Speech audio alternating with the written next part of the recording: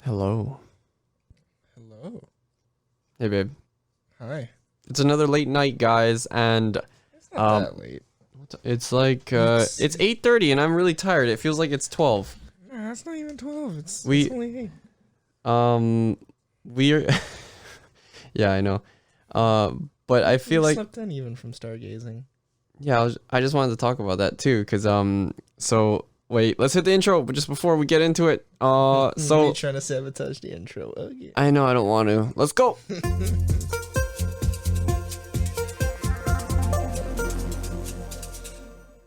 Hello, everyone, and welcome to TreeBark, episode number 25. I am your host, Theo, the doggo. I'm your other host, the dragon, Blarg. Is that your surname, the dragon? Yeah, the dragon. The dragon. The dragon. You must assert me as such. The dragon Blarg. No, No? no, I'm good. No proper nouns? No, I'm good. Okay. Nope. But yeah, we went yesterday, just last night, we went stargazing because recently we were kind of getting into astrophotography, and we're gonna try and get better shots of the night starry sky. So we upgraded from our backyard to the beach, and we still had a little trouble getting better photos and clarity through cloudy skies and light pollution from the nearby city. So yeah, we want to try and improve upon that. So maybe next weekend we'll try to see if we can find a nice clear patch, maybe somewhere far more remote on the island. Yeah, maybe. We'll see, though. We'll see. Yeah, so it's been pretty good. I never really took astrophotography like seriously or anything before, so it's a pretty cool, simple setup to explain it. We just got a couple of cameras, a couple of tripods, and you just leave the exposure on for your camera, pointing up Shutter. at the night sky. Yeah, you leave the shutter on for a really long time. Yeah, and yeah, we'll just try to see if we can get better shots. Maybe we'll share those here and there. So I'm looking forward to getting better shots of the night sky. Another kind of just mishmash of just stuff that's been happening and trickling down in the past like couple of weeks.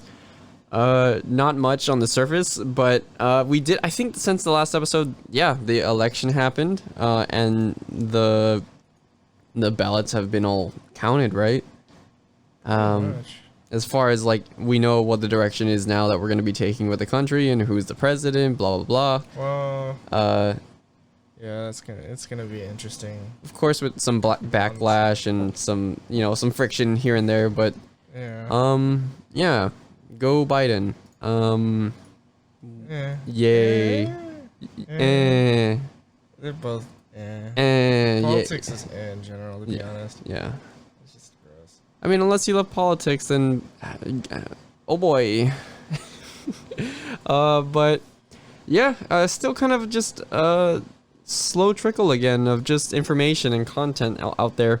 One really cool thing though, that we did participate in the live stream, or we were watching the live stream of like if you guys haven't been following Unis Honest with Markiplier and Ethan from Crank Games. Yeah, Blarg's been thoroughly like watching maybe like their daily episodes or every other day of their uploads from like the whole past year since they've been doing Unis Honest. And that was really cool. I really liked having the opportunity to look forward to a new episode, new content every single day. And yeah, we watched the final live stream episode where they said their goodbyes and they had their eulogies for each other, and they showed art from all of their fan base and people with like really cool tattoos, and It definitely wrapped. oh my up. god, the AC is going burr so hard. Hold on. You wanna shut the sorry folks. But yeah, just reminiscing about what thank you, babe. It died. I know it's gonna get toasty too. That toasty.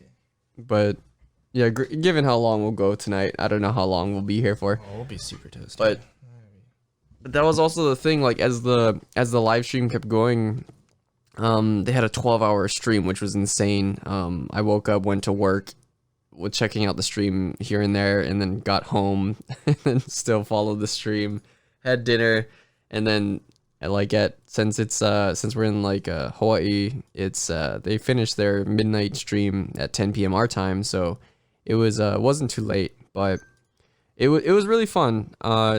They had a couple of tears. They were really proud of themselves.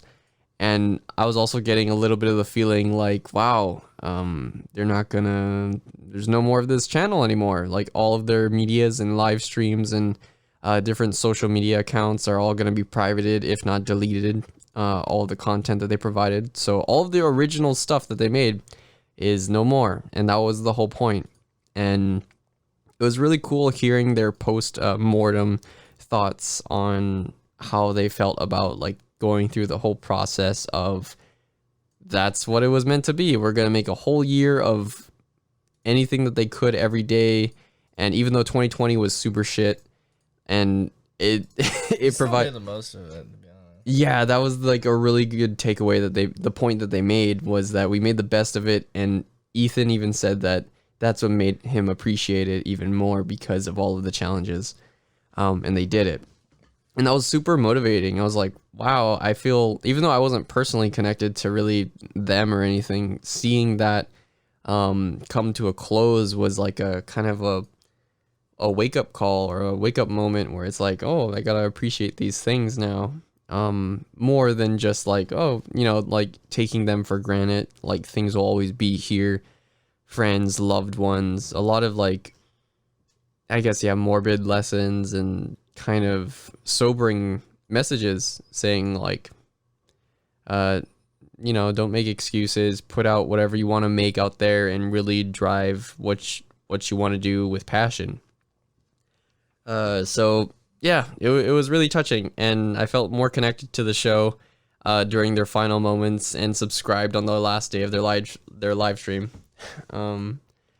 So that was probably like the highlight of my week, to be totally honest. I was like, wow, that was really fun to share. They committed a murder then? They murdered a channel. I mean, is that considered premeditated? Yeah, it was premeditated for a whole year of murdering a channel. I mean, they made it public. From the beginning they said they would, and they did. Yeah, they would. They carried their word. But yeah, I mean that was the purpose, so they executed it perfectly. Yeah. I could gush about that all the time, and I'll still probably be thinking about it for like the rest of the month and a little far so on. As far as our Discord and news updates, do we have anything really in the pipeline? We got some technology stuff like Raspberry Pi still having. Ooh, do you want to cover that? So Raspberry Pi came out with their I don't know when they came out with it, but there is a Pi 400, which is pretty much a keyboard and computer all in one. Mm-hmm. So it's kind of like one of those interesting things where you could just be like, oh, like a glorified Chromebook that you can just hook up to. Is it like half a laptop because it's just a keyboard with a computer in it? Yeah. Just without the monitor. You just gotta stick a monitor to it. What is it called? Pi 400. So Raspberry Pi 400. It's out for $70 and it's a complete PC with a faster Pi 4 in it. That's pretty dope. Some pretty good specs in it, surprisingly for it. It's not any gaming computer, but like it's still got the 2.45 gigahertz bands for Wi-Fi, Bluetooth 5. Wow, it has Bluetooth. They still got their GPIO IO pins. That's a pretty cool concept. It's like your Two own display ports. What? You have a really portable, accessible hacker keyboard. I'm just gonna plug this into nearest monitor. Modding that into like a power glove or something. Oh, and just strap it to your wrist. Yeah, strap it to your wrist, and then you just like pull out cables and stuff and plug to a monitor, or yeah. That'd be pretty dope. I could see somebody doing that. I'm gonna jack into the and network. They click clack on their arm and stuff. That'd be kind of cool. I have to take a Raspberry Pi and just use a power glove, and it just has like a retractable Ethernet cord that you hook into networks. Oh, like that's big brain. Yeah, they should get a spindle of different cables to like just plug into stuff. Yeah, I don't know how well that would work though. Well, yeah, there's no excuse now for like coding or being a programmer or anything. You could do a whole lot now. I mean, you can get a computer for $70. It won't let you play games. It will definitely. You can watch YouTube. You can browse a lot of things. Browse the web, check email. Or do projects. The GPIO pins allow you to do a lot of things you know how to program. Oh. Okay, well that's pretty cool. Yeah, Raspberry Pi. That was the tech news. Is that all? We do have other science news. That was pretty cool. Yeah, just happened today. Do you want to do the SpaceX one? Talk about the SpaceX.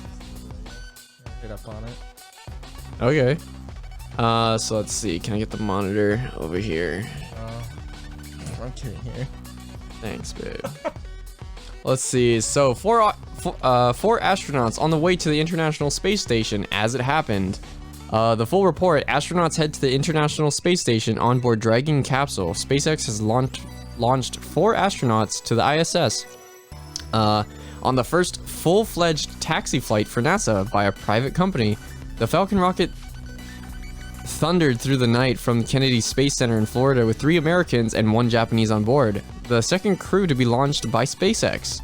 The Dragon capsule on the top, named Resilience by its crew in the light of its many challenges, most notably COVID-19, is due to reach the space station after 27.5 hours and remain there until spring.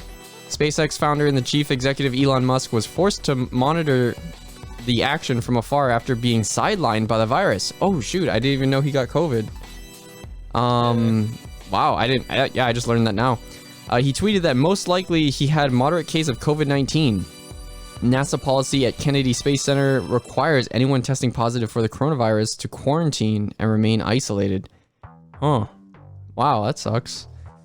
But yeah, back to the launch. Sunday's launch comes with just a few months after the 2-pilot test flight by SpaceX and kicks off what NASA hopes to be the long series of crew rotations between the U.S. space station and the space station. After years of delay, more people means more science, research, and at the orbiting lab, officials said. This is another historic moment, NASA Administrator Jim Bridenstine said on Friday, but he noted, make no mistake, vigilance is always required on every flight. Yeah, that's the kind of cool thing, like, space flight is getting cheaper and faster, and it's becoming more of this commodity. I mean, it's still, like, way far away, but having, like, private citizens actually go on space flights? Yeah, I mean, that's starting to become a reality. Isn't that dope?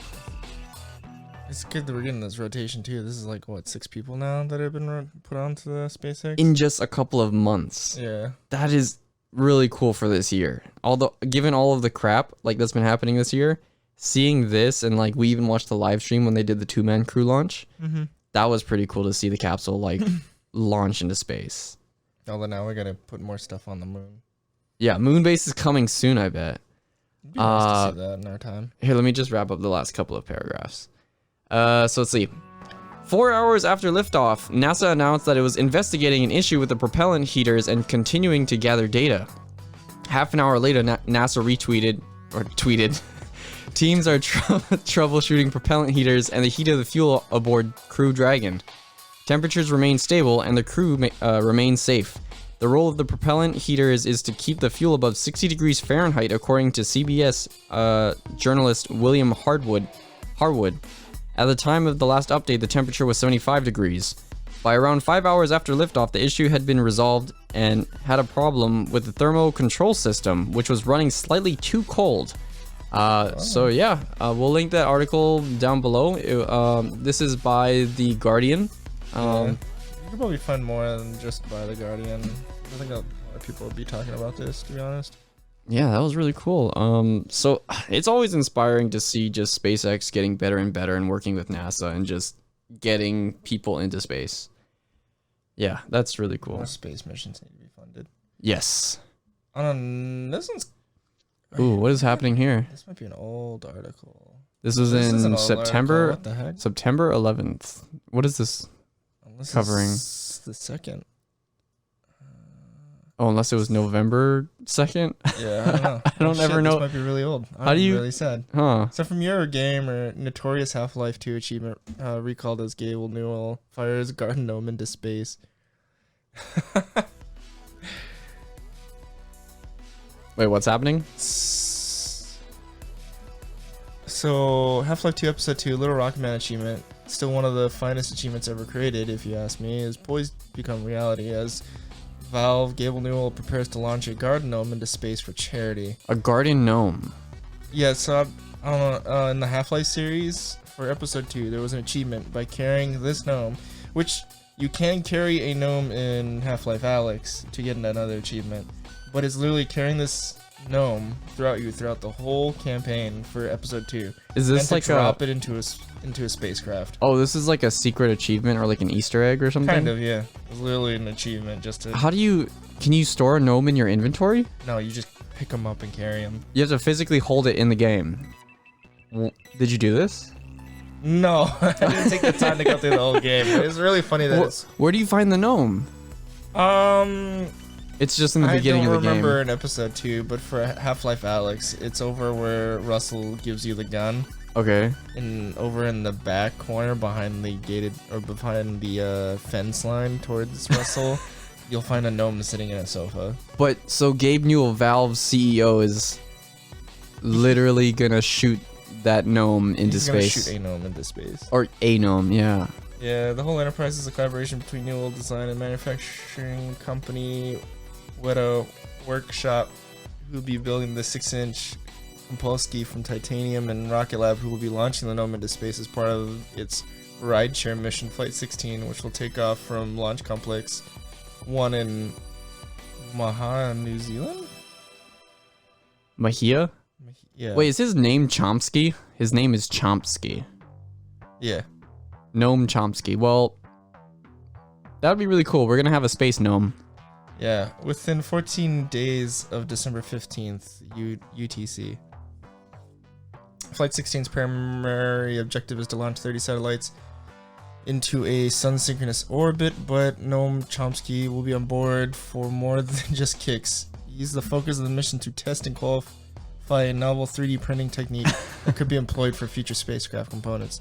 One that will regrettably see the gnome burning up upon re-entry into the Earth's atmosphere during a deorbiting process by design. Do you remember the gnome from like travel insurance or something like that? Yeah, Travelocity's Travelocity's hitting it up real like, hard. That's a missed opportunity for advertising. That's crazy. Nah, this is a joke from Half-Life. The roaming gnome. That's so funny though.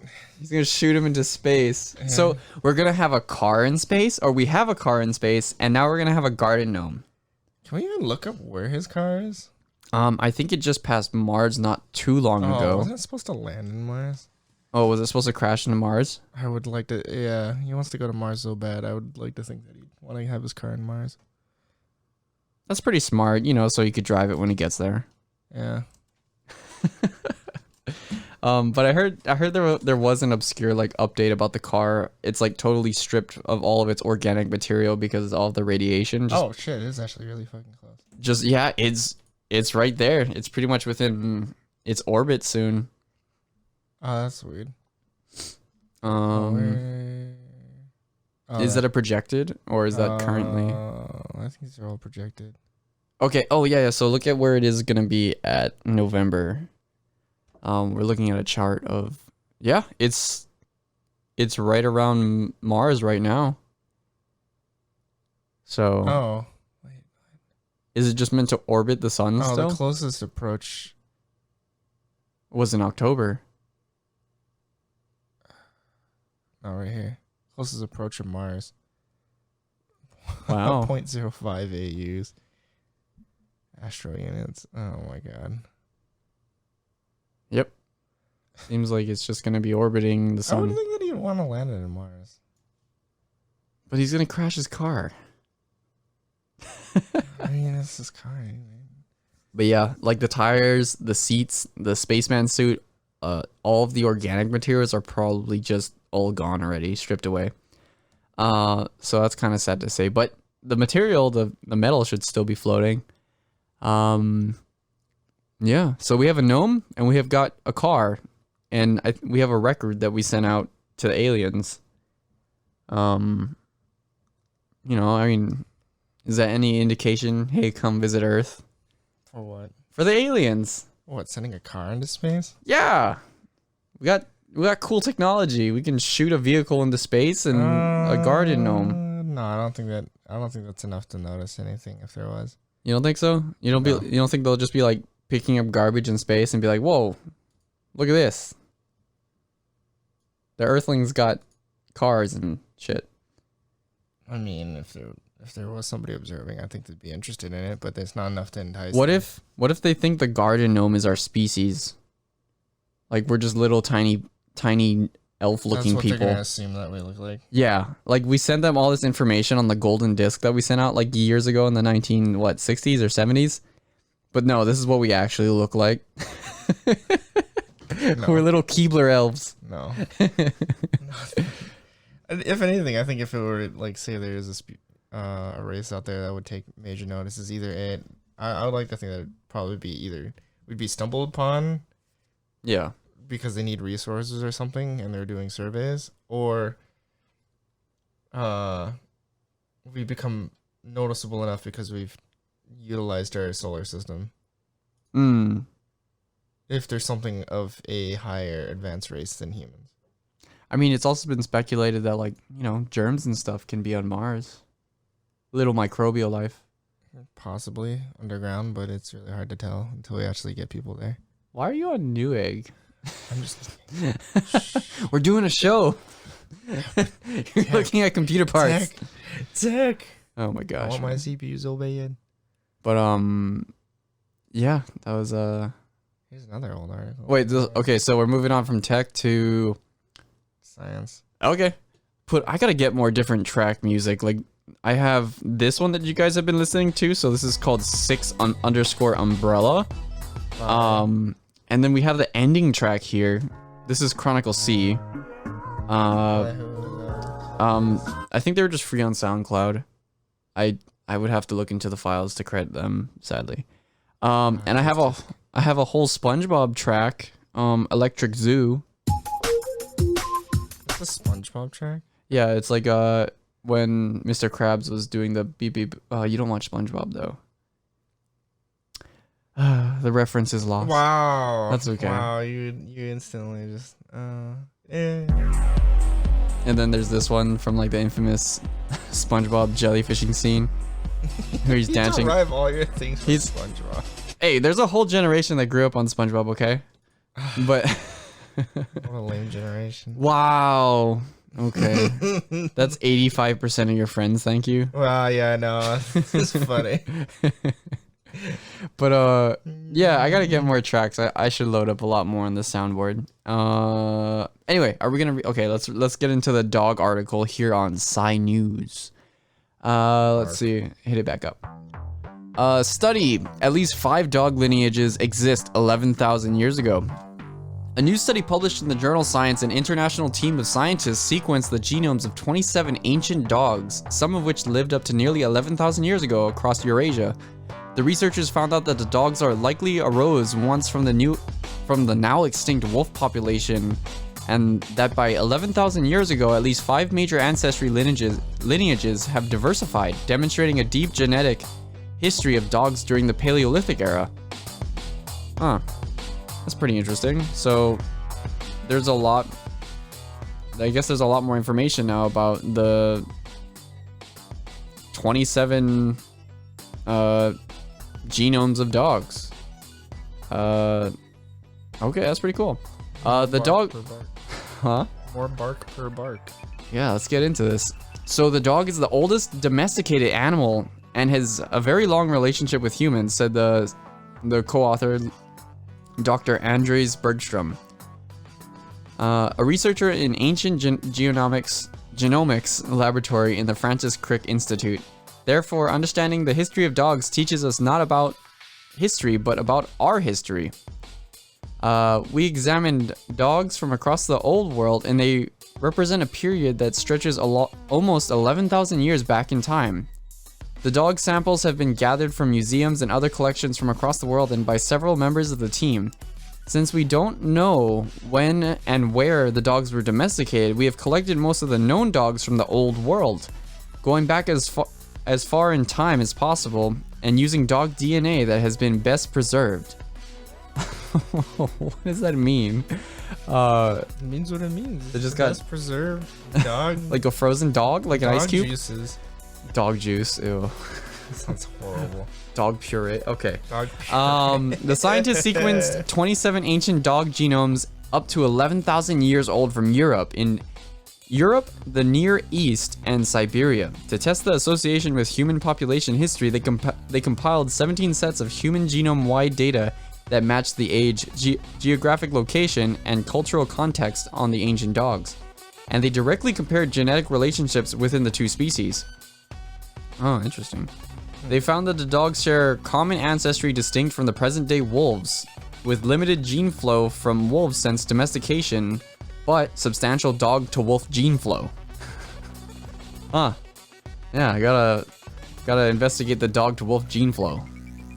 While the precise timing and location of domestication remains elusive, the results indicate that at least 5 major dog lineages have already diversified and spread worldwide by 11,000 years ago, suggesting a considerable genetic history during the Paleolithic era. So we can find out, like, I guess, more precisely about what specific lineages of doggos were around 11,000 years ago. This is kind of a long article. Been breeding dogs. Yeah. For a while. When did the pug come out? I don't know. I really want. Yeah, you know what? I'm gonna do a quick Google. Come on, pug. You wanna do some research here? Pug origin. Pug dog origin. Is that possible to look up? Pugs are an ancient breed of dog with roots that date back to 400 BC. Most historians agree that the breed originated from China. Oh, they were bred as companion animals and for the wealthy. In accordance with American Kennel Club. Wow. .org. That's a quick Google fact. Oh. Yeah. I guess that's why pugs are kind of useless. What? They're kind of useless. Why are they useless? Like, they got breathing problems. They got, I don't know, like, you know how you read, like, a lot of dogs are bred to have shorter ears or a shorter tail, but, like, longer legs for hunting or something like that. Or speed or something. This is a pug. It was made for the rich people. Under what purpose, though? It was a design purpose lap dog. Like an evil character, like, instead of a cat, it's like a dog. Yeah, like, maybe the villain was allergic to cats, so he's like, I need something else. I need a pug. Give me my evil pug. Why'd you put like a... Pugs are so cute, though. I love pugs. Huh? A little hat on the pug. Like, oh, my evil pug. Speaking of accessories for dogs, we got You still want to dress up Luna so bad. we got I'd be so irritated. So Luna, our family dog, she's a Shiba Husky mix, and she's super adorable and cute, but she has a lack of clothes. And yeah, I get it. She has fur. She doesn't need clothes. And I'm not one of those like super preppy. Oh my god, I have to put my doggo in booties and a dress and all. This is only the start. I'm not there yet, but I got a couple of scarves, and they're scarves that are tailored to like leash collars. So you put it on the collar, and it just looks like a little scarf around their neck. And I thought that'd be really cute. And when we take her to the dog park, people always giving her compliments and saying that she's so beautiful and cute, and she's just eating it up. And then now she's gonna have some high fashion, making her even more. Knows where she stands, anyways. Yeah, she knows she's a princess. She's the biggest princess in the house. Oh my gosh. Well, we got a lot of dog news actually. So, there was this There's a biased, I sense. this other dog article. There needs to be more reptilian news. Well, you gotta throw in that. There actually isn't probably a lot of reptilian stuff. So in actual local news, 600 pets leave to Hawaii make history as I can't read. 600 pets to leave Hawaii make history as largest pet rescue flight. So I don't know what this is on the surface. Like, Is it due to COVID that we're overstocked with like the shelters and they just got to ship them out to somewhere else? Let's get on to the actual article. Let's see. Over 600 dog shelters and cats from Hawaii boarded a chartered plane and were flown to the mainland shelters on October 28th to be adopted in efforts to relieve the overcrowded pet shelters in the state. And that's super sad to see because, I mean, in these times, I was expecting like an uptick in people to be adopting animals, but it's sadly not the case. Maybe. I mean, that or they got a huge influx of animals and they can't. Greater Good Charities and Wings of Rescue launched the Wings of Aloha program. The program places shelter animals that have not been adopted or claimed in less crowded shelters in Washington, Oregon, Idaho, and Montana, where they would have a higher chance of finding a home. That's good. Pet shelters in Hawaii are in a COVID-19 crisis. Normal operations have been affected by months of shutdown, economic downturn, limited hours, and routine flights to the mainland halted. Oh, I guess that's a good point. Maybe people who do come and visit naturally or tourists maybe pick up a lot of animals. So I guess that's part of it. That's yeah. weird. So that's said by Liz Baker, CEO of Greater Good Charities. Yeah, wouldn't you want to get an animal like in your state or something? Yeah. I know. I'm just saying, wouldn't you want to get an animal in your state instead of having to like fly it back? I would think so, but maybe you just fall in love with that one animal. Continuing, CEO of Greater Good Charities, pause across the Pacific is urgently needed to make space in Hawaii shelters for at-risk pets who otherwise wouldn't be able to receive necessary care to survive. The flight marked the largest pet rescue flight in history. Yeah, so a lot of animals. A chartered Hercules C-130 plane made stops in Kauai, Oahu, Maui, and Hawaii Island to pick up the pets. Greater Good... That is a lot of stops for pets. That must have been a loud plane. Greater Good Charity says pets from Kauai Humane Society, Hawaiian Humane Society, Lanai Cat Sanctuary, Hawaii Island Humane Society, a whole lot of other charities.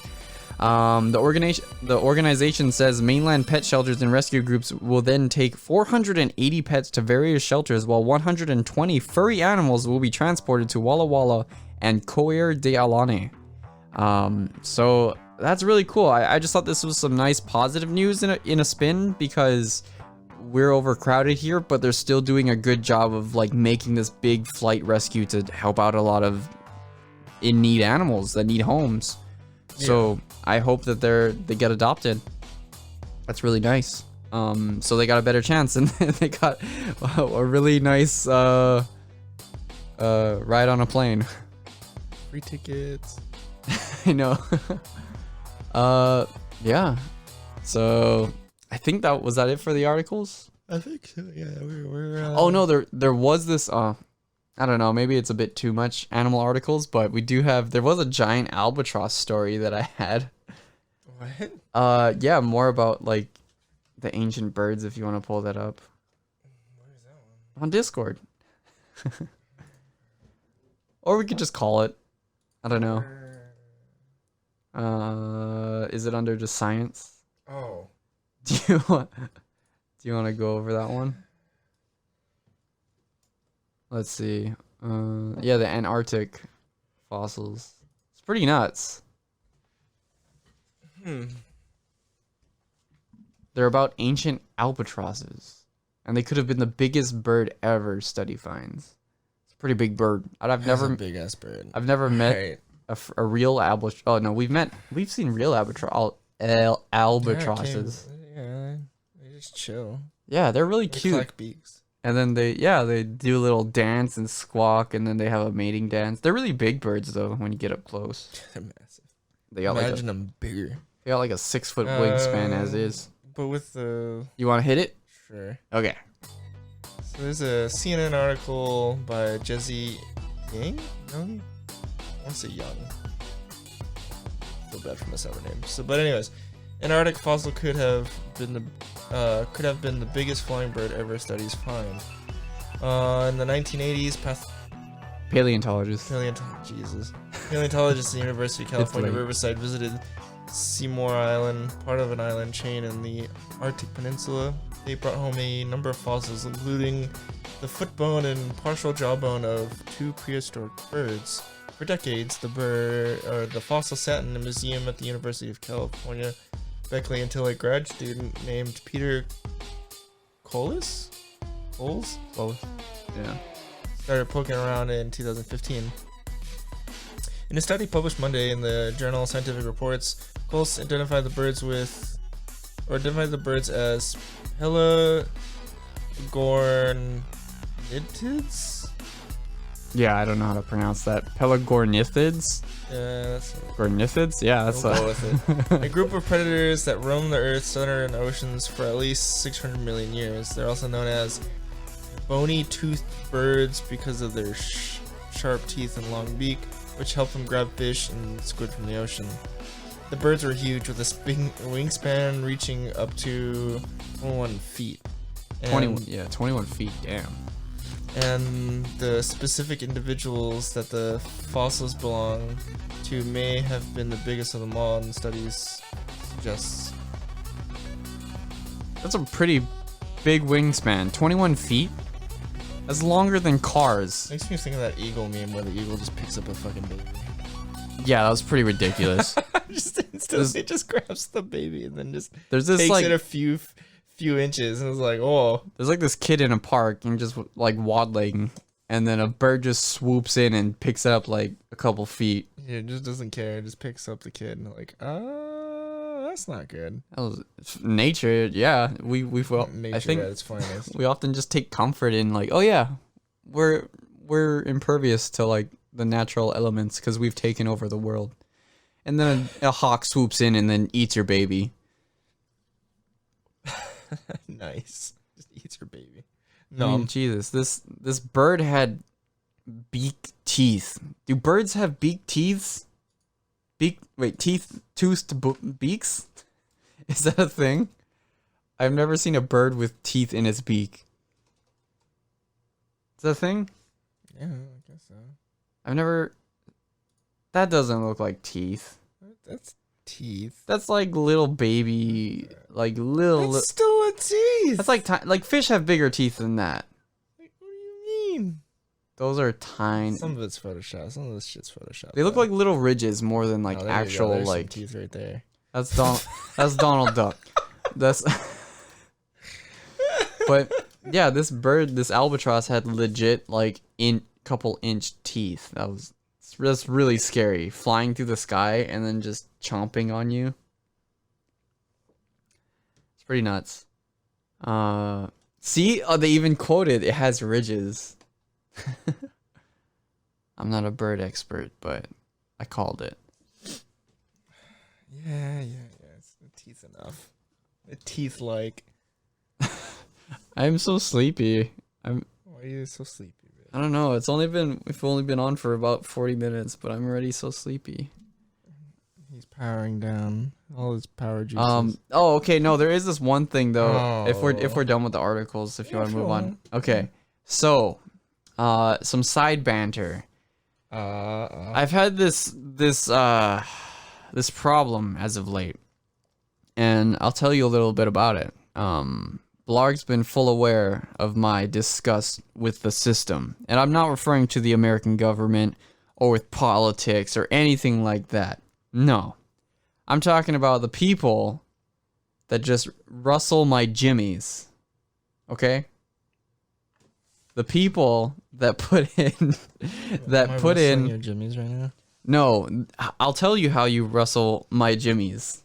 If you call in orders to restaurants and not go in the line to Oh pick my up your God. order once you've purchased it.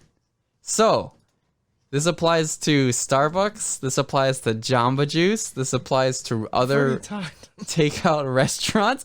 Yes, we've talked about this, but I've got to make it a public argument now, okay? Oh my god. Yes, go ahead. Stand Judge on your me. soapbox. Judge me, hate me. Well, I don't hate not you. too harshly. I'm just judging. I'm asking that of the general populace listening. But Okay. I'm tired and delirious. I can talk about what I want. Out. The populace is here to listen. Okay. You draw them out. Hey, world. Tease them. So, my problem is that I go into an establishment, let's say Jamba Juice, for example.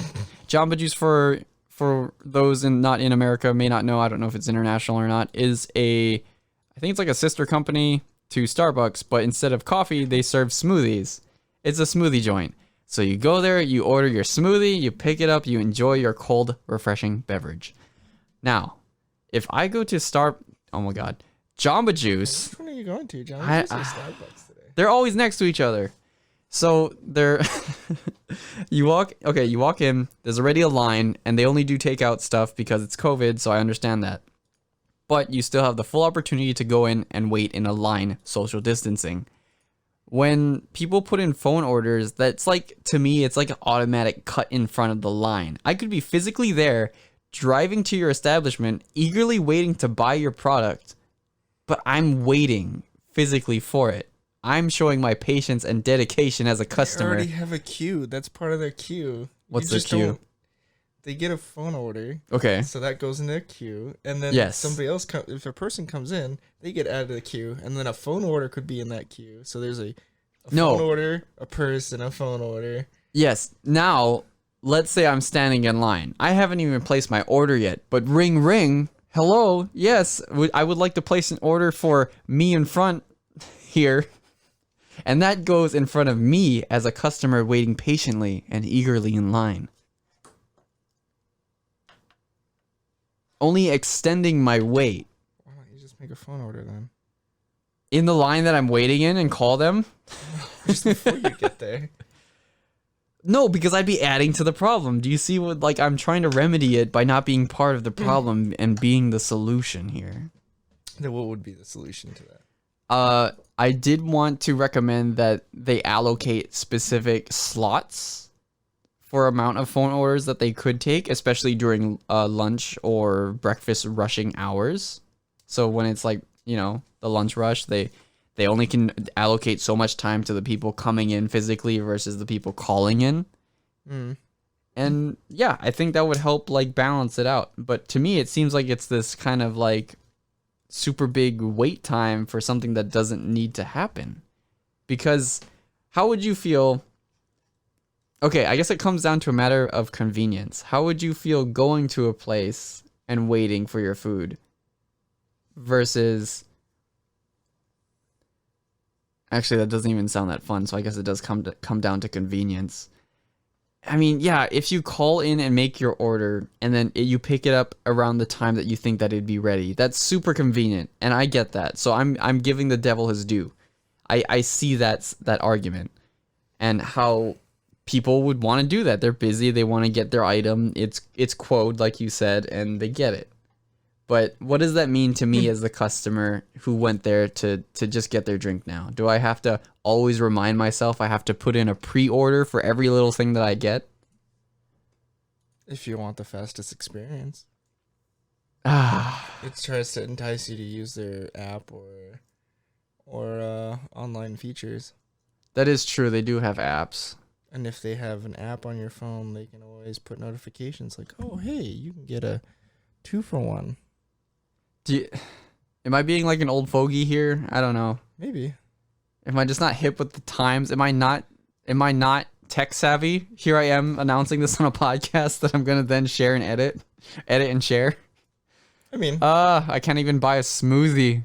let us know your comments on I your legit counter opinion for or against. I'm gonna or, make like, a what do you Twitter think is- poll. I'm gonna yeah, I think I will. I'll do it right now. You do it right now. Yeah. Okay, well, Yeah. as this podcast ends, as he writes elegantly on his keyboard about his rant about poll. Ask a question. What's my question? What is more evil? And you don't even put Actually, evil. oh, okay. That's biased, so you're right. It is very biased. Just make it. Try to. What is fair? What is more fair? What do you think is the right, appropriate way to format this? Or what do you prefer? Just as a survey, what people like to do. You're right. But those who are listening to this podcast, or especially if you're on YouTube, you'll know my rage.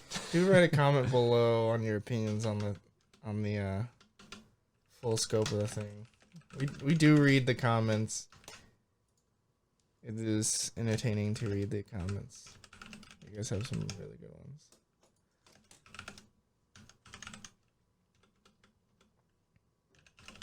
But while he finishes that, I guess we should wrap up the show. So it was good talking to all you folks. As a lesson learned today, remember to use the app and phone in your order if you want to be front in line. Why are you telling them that? The polls aren't even in yet. No, I'm just saying in the current reality, if you want the fastest service, your models will just use their app and succumb to the tech age of, What do you call it? So like bloatware. Okay, I don't know. So here's this. Which do you prefer for ordering food or like a Starbucks coffee? Choice 1, like personal pickup, or choice 2, phone order. Does that make sense? Personal pickup order or in-person order? Yeah. And then the other one would be phone/app order. I know, I sound like some sort of Google survey. Ugh. But yeah, you're doing Google a service by making polls. I will let this cook for one day. One day? No, give it a couple days.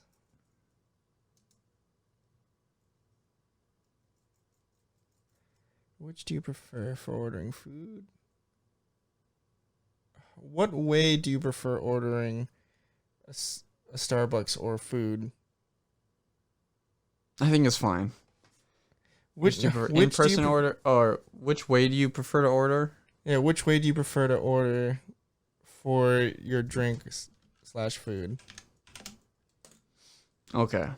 Which way do you prefer? I'm so to tired. order. Which way do you prefer to order? Prefer to order. Okay. Food or like a Starbucks coffee. In-person order or Starbucks coffee, not like because it sounds janky as shit. Well, or like because I mean, it could be anything. It could be Which way do you prefer to order food or drinks? Or drinks. Yeah. Okay. And then if you really need to put an example, put on the opposite side of the question mark. What? Space. I.e. No, you don't need to put that. Just put i.e. I.e.